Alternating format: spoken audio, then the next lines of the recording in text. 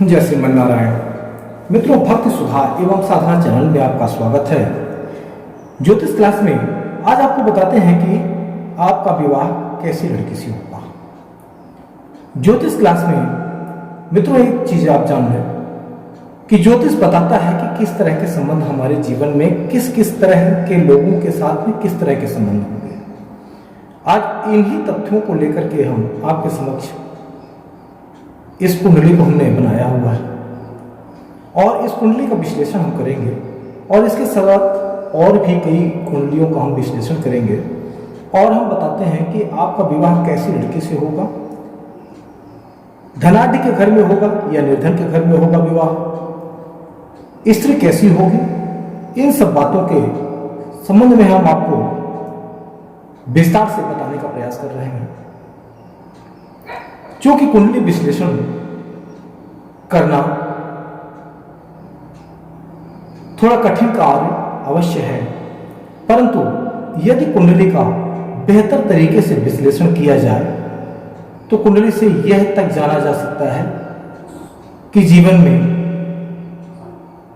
हमें कब कष्ट होगा और कब सुख मिलेगा। तो चलिए हम आपको बताते हैं कि आपका विवाह किस घर में होगा। वह धनवान होगा घर या निर्धन होगा, पत्नी सुंदर होगी या नहीं होगी, पिता पक्ष से रिश्ता आएगा या माता पक्ष से या अन्य कहीं से। मित्रों, विवाह संबंधी बातें हमेशा सप्तम भाव से विचार किया जाता है। यह है सप्तम भाव। यह लग्न जो होता है ये जातक का अर्थात जो जिसकी कुंडली है ये उसके शरीर का है और ये पत्नी या बिजनेस पार्टनर से संबंधित भाव है। अब हम इस सप्तम भाव की बात करें। यह जो सप्तम भाव है इस सप्तम भाव को ही हम देखते हैं और सप्तम भाव से अन्य भावों की स्थिति को देखते हैं। तो ये जो सप्तम भाव है यह सप्तम भाव और इन भावों में शुक्र की कहां स्थिति है। तो मित्रों, विवाह संबंधी बातें हमेशा सप्तम भाव से देखी जाती हैं और हम इसका विचार करते हैं कि सप्तम भाव के कारक जो है वो शुक्र है और सप्तम भाव का स्वामी कौन है और इन्हीं सप्तमेश और शुक्र से हम विवाह के संबंध में पूरी जानकारी एकत्र करते हैं। तो मान लीजिए कि यदि कुंभ लग्न हो, जैसे ये लग्न कौन सी है, ये कुंभ लग्न है। मान लीजिए कुंभ लग्न हो और सूर्य पर शुभ ग्रहों की दृष्टि पड़ रही हो तो विवाह अपने से बहुत ऊंचे घराने में। अब हम बात कर रहे हैं लग्न की और दृष्टि हो शुभ ग्रहों की सूर्य में, तो ऐसा कैसे? क्योंकि यह जो सप्तमेश है और सप्तमेश सूर्य है और जो सप्तमेश सूर्य है अर्थात सिंह राशि का स्वामी सूर्य है, इसलिए हमने सूर्य पर दृष्टि की बात की है। तो जब सूर्य इन पूरे भावों में कहीं पर भी बैठा हो, जैसे मान लीजिए सूर्य की स्थिति यहां पर, अब सूर्य अपने उच्च में है और शुक्र की दृष्टि यहां से पड़ जाए और यहां से गुरु की दृष्टि पड़ जाए, तो ऐसी स्थिति में मित्रों आप मान लीजिए कि जो विवाह होगा लड़की अपने से बहुत ऊंचे घरानों की होगी। अब सप्तम दृष्टि यहां से 1 2 3 4 5 6 और 7वीं दृष्टि सूर्य के ऊपर पड़ रही है, शुक्र की। अर्थात क्या हुआ, पंचमेश के ऊपर शुक्र की दृष्टि पड़ने से यह कन्या बहुत ही कार्यकुशल होगी और बहुत ही सुंदर होगी। सूर्य की दृष्टि पड़ रही, सूर्य पर दृष्टि पड़ रही है शुक्र की। यह गुरु यहां सप्तम भाव पर गुरु बैठे हुए हैं, तो सप्तम भाव के गुरु की नवम दृष्टि सूर्य पर पड़ रही है।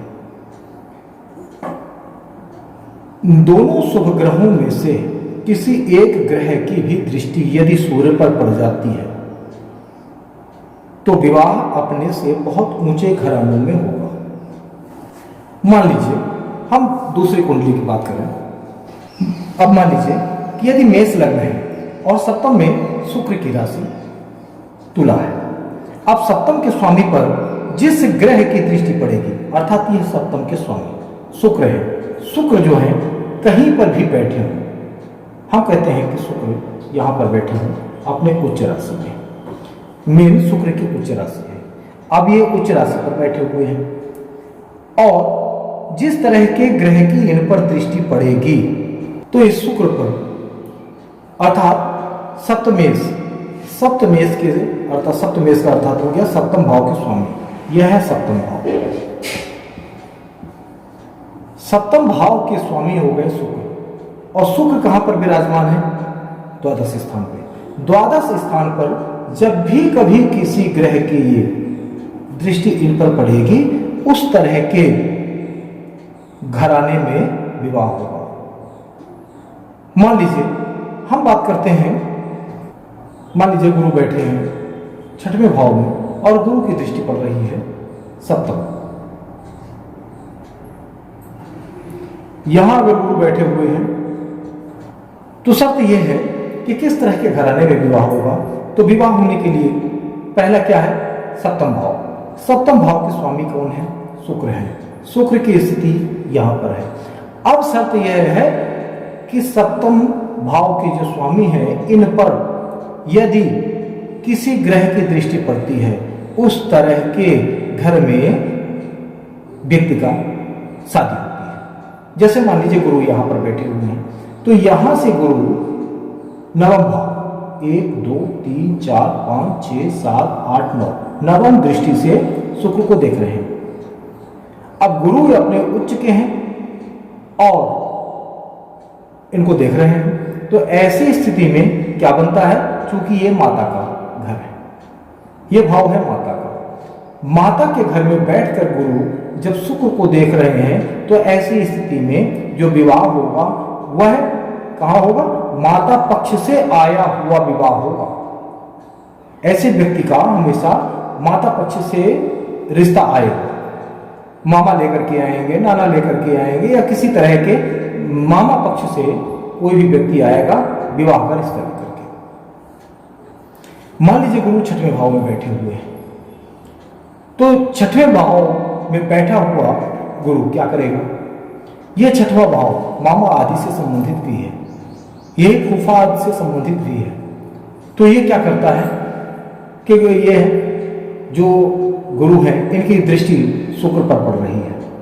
तो गुरु की दृष्टि जब शुक्र पर पड़ती है तो इसका तात्पर्य है कि यह अमीर घराने से रिश्ता है। अब मान लीजिए गुरु यहां पर बैठे हुए हैं उस कुंडली में, या तो यहां बैठे होंगे, यहां बैठे होंगे, या तो यहां बैठे होंगे, तीन में से एक स्थान पर बैठे होंगे। इनके तीन दृष्टियां हैं। कौन सी है? 5वीं, 7वीं और 9वीं। इनकी तीन दृष्टियां हैं। अब ये तीन दृष्टियों से में से किसी एक ही दृष्टि से उस ग्रह को देख पाएंगे। तो मान लीजिए यहां पर अष्टम भाव में बैठे हैं तो यहां से पंचम दृष्टि इनकी पड़ रही है, 2 3 4 और 5 पंचम दृष्टि इनकी पड़ रही है, क्योंकि ये खराब भाव में बैठे हैं। खराब भाव में बैठे हैं और ये स्वामी किस किस भाव के हैं? द्वादश भाव के हैं, क्योंकि शुक्र द्वादश का है।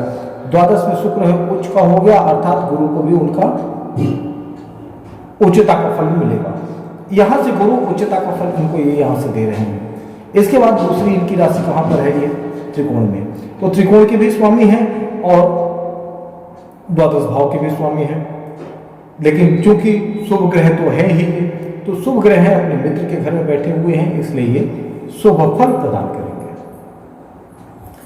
और इसके साथ में यह दर्शाता है कि यह अमीर घराने से यह रिश्ता आएगा।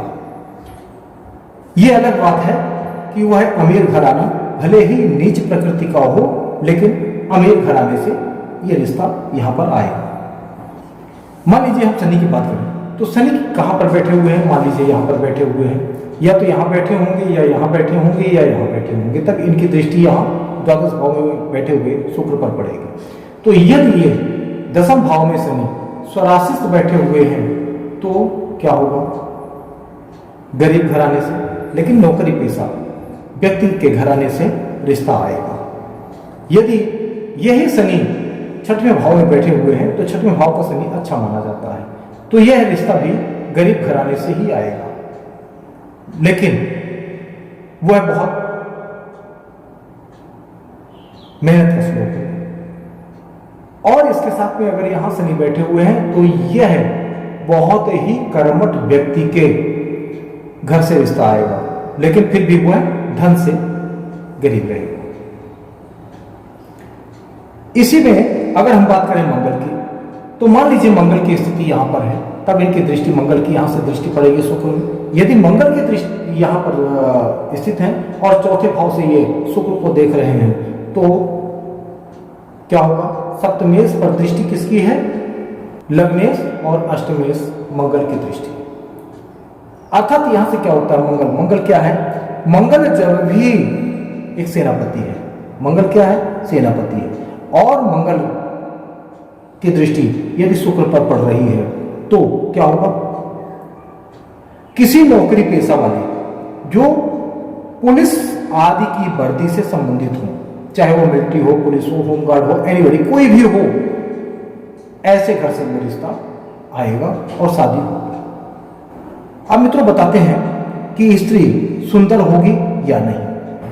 अब मान लीजिए कि हम तीसरा एक आपको उदाहरण देते हैं कि मीन लग्न की कुंडली है, यह मीन लग्न की कुंडली है, और मीन लग्न की कुंडली सप्तम के स्वामी कौन है, बुध है, और बुध कहाँ पर बैठे हुए हैं, मान लीजिए दसम भाव में बैठे हुए हैं, और बुध की स्थिति यहाँ पर है। और ऐसी स्थिति में यदि किसी शुभ ग्रह की दृष्टि बुध पर पड़ती है तब तो ठीक है, और अगर नहीं पड़ती है, अगर बुध पर किसी की दृष्टि नहीं पड़ती है, तो ऐसी स्थिति में क्या होगा, ऐसी स्थिति में यह होगा कि अपने ही समान, अर्थात जिस तरह से हम हैं उसी तरह के घराना, अर्थात बराबरी वाला घराने से विवाह होगा। तो ये तो हो गए हमारे सप्तमेश। और अब सप्तम के कारक शुक्र की अगर हमें स्थिति देखें तो सप्तम के कारक, मान लीजिए जो सप्तम के कारक जो शुक्र है अपनी स्वराशि में स्थिति यहाँ पर है, और इनके साथ में मंगल और गुरु दोनों स्थित है, तो ऐसी स्थिति में क्या होगा, जिन जिन ग्रहों की दृष्टि सप्तमेश या सप्तम के कारक पर पड़ेगी उस तरह से विवाह। अब ये समता का विवाह हो गया, समता का विवाह हो गया, अर्थात समान विवाह हो गया, अर्थात जितने ही लड़का वाला धनाढ्य है उतना ही धनवान लड़की वाला भी है। इसकी स्थिति क्या होती है कि अब सप्तम के कारक शुक्र हैं, सप्तम के कारक शुक्र जो है इनके साथ में मंगल बैठा है और गुरु बैठा हुआ है। अब मंगल क्या है, मंगल है वर्दी का कारक, गुरु क्या है, ये है शिक्षा के कारक। तो ऐसी स्थिति में इन्होंने क्या किया है, मंगल और गुरु, अर्थात लड़का जो होगा वो मंगल का होगा, सप्तमेश बुध, अर्थात सप्तमेश जो बुध हैं वो गुरु की राशि में बैठे हुए हैं। तो ऐसी स्थिति में अब क्या होगा, यह इनका असर लेकर के गुरु के साथ बैठेंगे, और यह है इनके पिता यानी लड़की वाले का जो पिता होगा वो किस स्थिति में होगा, कहीं भी शिक्षा का व्यवसाय कर रहे होंगे, यह स्वयं में शिक्षक होंगे, और लड़के के पिता क्या होंगे, वर्दी वाले होंगे। और बुध, चूंकि बुध क्या है, राजकुमार, और राजकुमार की सुंदरता को सभी लोग जानते हैं, ऐसी स्थिति में क्या होगा, सुंदर कन्या होगी। तो मित्रों इस तरह से यह जानकारी प्राप्त होती है कि विवाह में कैसी लड़की मिलेगी, और विवाह होने के पश्चात हमारी घर गृहस्थी चलेगी या नहीं चलेगी, ये सारी बातें हम कुंडली से जान सकते हैं। लेकिन चूंकि दैवज्ञ अर्थात ज्योतिषी भगवान नहीं हो सकता, ज्योतिषी सिर्फ रास्ता बताता है, और उन रास्तों का इस्तेमाल जातक को करना पड़ता है। इन सारी कुंडलियों से यह तक ज्ञान हो जाता है कि पत्नी ज़्यादा दिन तक जिएगी या पति ज़्यादा दिन तक जिएगा। ऐसी स्थितियों को भी देखते हुए यह ज्योतिष एक अथाह सागर है, जिसके अंदर चल के ही मोती पाया जा सकता है, अन्यथा नहीं। मित्रों, इसी तरह अब हम बताते हैं कि सुंदर स्त्री कैसे होगी। मान लीजिए वृश्चिक लग्न की कुंडली है। अब मान लीजिए यह लग्न है वृश्चिक, पत्नी कैसी होगी? सुंदर होगी या खूबसूरत होगी या खूबसूरत नहीं? किसी को असुंदर नहीं कहा जा सकता है, सुंदर नहीं होगी अर्थात मन के मुताबिक नहीं होगी। ऐसी स्थिति में हम क्या करते हैं? ये वृश्चिक लग्न की कुंडली है, तो वृष राशि कहां पर है? सप्तम भाव में। अब ऐसी स्थिति में क्या होगा? सप्तम के स्वामी शुक्र हैं, और सप्तम के स्वामी शुक्र और चंद्रमा दोनों समराशि में यदि होंगे, अर्थात जैसे मान लीजिए समराशि कौन कौन सी है? 1, 2, 3, 4, 5 और 6। ये 6 राशियां जो हैं ये समराशि है। हम ऐसे कर देते हैं, आप लोगों को थोड़ा आसानी होगी देखने में। ये समराशियां हैं, ये भाव हैं और ये राशियां हैं। तो समराशियों में हो कौन? शुक्र और चंद्रमा। समराशि में कहीं पर भी बैठे हों तो सुंदर स्त्री प्राप्त होगी, अति सुंदर स्त्री प्राप्त होगी। और मित्रों, इस कुंडली का यही वो है कि चंद्रमा, शुक्र या शुक्र यहां बैठे हों या शुक्र यहां बैठे हों, जहां भी शुक्र बैठे होंगे समराशि में होंगे, 2, 4, 6, 8, 10 समराशि में। ये इसका एक सिद्धांत है कि समराशि में यदि चंद्रमा बैठा हो, समराशि में यदि सप्तमी से अर्थात शुक्र बैठा हो, तो अति सुंदर स्त्री प्राप्त होती है। यदि सप्तमेश किसी भी पुरुष राशि में अर्थात 1, 3, 5, 7, 9, 11 में कहीं भी बैठे होते तो उस स्त्री की सुंदरता में कमी आ जाती, क्योंकि पुरुष राशि में बैठना ही उसकी सुंदरता में कमी कर देता है। तो मित्रों,